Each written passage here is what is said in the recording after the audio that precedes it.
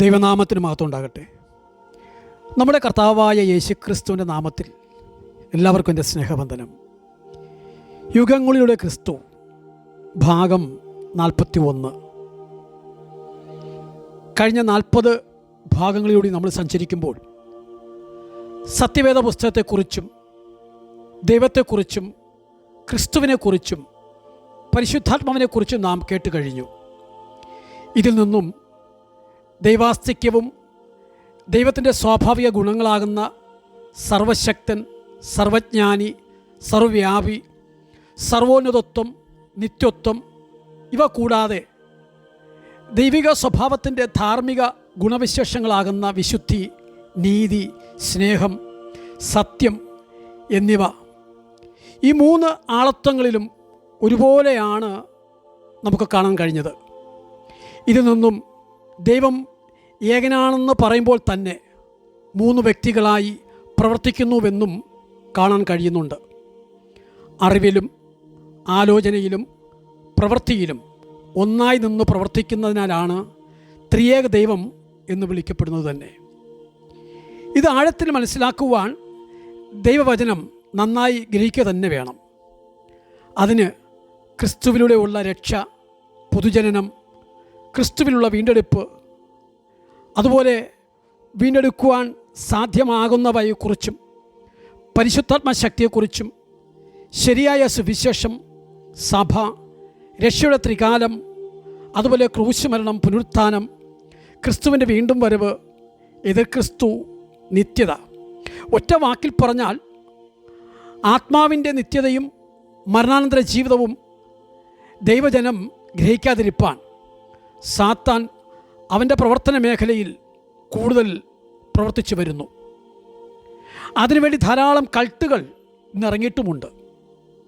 അവയിൽ ചിലത് പഠനവിധേയമാക്കുന്നത് നമുക്ക് തുടർന്നുള്ള പഠനത്തിന് സഹായമാകുന്നത് കൊണ്ട് ഞാൻ അവയിലേക്ക് വരാം. കൾട്ടുകൾ. കൾട്ട് എന്ന ഇംഗ്ലീഷ് പദത്തിന് മതപരമായ ഭക്തി, ആരാധന, അതുപോലെ മതനേതാവിന് നൽകുന്ന ഭക്തി എന്നൊക്കെയാണ് അർത്ഥം. എന്നാൽ ക്രിസ്തീയ വീക്ഷണത്തിൽ അത് ക്രിസ്തീയത്തിൽ നിന്നും വഴിതെറ്റിപ്പോകുന്നവരുടെ ഉപദേശ സംഹിതയാണെന്ന് കാണാൻ കഴിയുന്നുണ്ട്.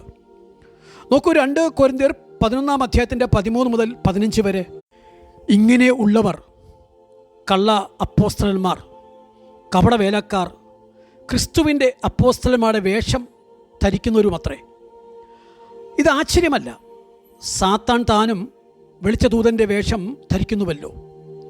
ആകയാൽ അവൻ്റെ ശുശ്രൂഷക്കാർ നീതിയുടെ ശുശ്രൂഷക്കാരുടെ വേഷം ധരിച്ചാൽ അതിശയമല്ല.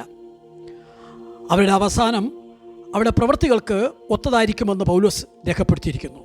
കൂടാതെ ഗലാത്യർക്ക് ലേഖനം എഴുതുമ്പോൾ അതിൻ്റെ 1 അധ്യായത്തിൻ്റെ 6 മുതൽ 9 വരെയുള്ള വാക്യങ്ങളിലേക്ക് നാം നോക്കുമ്പോൾ, ക്രിസ്തുവിൻ്റെ കൃപയാൽ നിങ്ങളെ വിളിച്ചവനെ വിട്ട് നിങ്ങൾ ഇത്ര വേഗത്തിൽ വേറൊരു സുവിശേഷത്തിലേക്ക് മറിയുന്നത് കൊണ്ട് ഞാൻ ആശ്ചര്യപ്പെടുന്നു.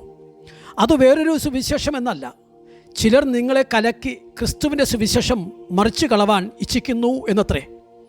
എന്നാൽ ഞങ്ങൾ നിങ്ങളോട് അറിയിച്ചതിന് വിപരീതമായി ഞങ്ങളാകട്ടെ, സ്വർഗത്തിൽ നിന്ന് ഒരു ദൂതനാകട്ടെ നിങ്ങളോട് സുവിശേഷം അറിയിച്ചാൽ അവൻ ശപിക്കപ്പെട്ടവൻ. ഞങ്ങൾ മുൻപ് പറഞ്ഞതുപോലെ ഞാൻ ഇപ്പോൾ പിന്നെയും പറയുന്നു, നിങ്ങൾ കൈക്കൊണ്ട സുവിശേഷത്തിന് വിപരീതമായി ആരെങ്കിലും നിങ്ങളോട് സുവിശേഷം അറിയിച്ചാൽ അവൻ ശപിക്കപ്പെട്ടവൻ. നോക്കൂ, പൗലോസ് ഗലാത്യർക്ക് ലേഖനം എഴുതുമ്പോൾ അഭിനന്ദനമോ പ്രശംസയോ ഒന്നും പറയാതെ കാര്യത്തിൻ്റെ ഗൗരവത്തിലേക്ക് കടക്കുകയാണ്. അവിടെ ക്രിസ്തുയേശുവിൻ്റെ കൃപയാലുള്ള നീതീകരണം എന്ന സുവിശേഷത്തോട് യഹൂദ മതാസ്ഥാനികളുടെ പരിച്ഛേദന പോലുള്ള ആചാരങ്ങൾ കൂട്ടിക്കലർത്തി പുതിയ ഒരു സുവിശേഷം ഗലാത്യർ സ്വീകരിക്കുന്നത് കണ്ടപ്പോൾ അവരോട് പൗലോസ് പറയുന്ന വാക്കുകളാണ്: ഞാനല്ല നിങ്ങളെ വിളിച്ചത്, ദൈവമാണ്. അതുകൊണ്ട് യേശുവിൻ്റെ സുവിശേഷത്തിന് വിപരീതമായി കേട്ട മറ്റൊരു സുവിശേഷം നിങ്ങൾ അംഗീകരിക്കരുത്. കാരണം അവരുടെ സുവിശേഷം കൃപ നിറഞ്ഞതല്ല, ന്യായപ്രമാണം കൂടെ ചേർത്തതാണ്. ഭാരമുള്ള കുരിശ് വഹിക്കുന്നതിനാലാണ് രക്ഷ എന്ന് ഇന്നും അനേകർ വിശ്വസിക്കുന്നു. ഗലാത്യരുടെ മേൽ വലിച്ചു വെച്ച ഭാരമുള്ള കുരിശുകൾ അവർ വേഗത്തിൽ സ്വീകരിക്കുന്നത് കണ്ട് പൗലോസ് ആശ്ചര്യപ്പെട്ടു. ഇന്നും അത് നടക്കുന്നു.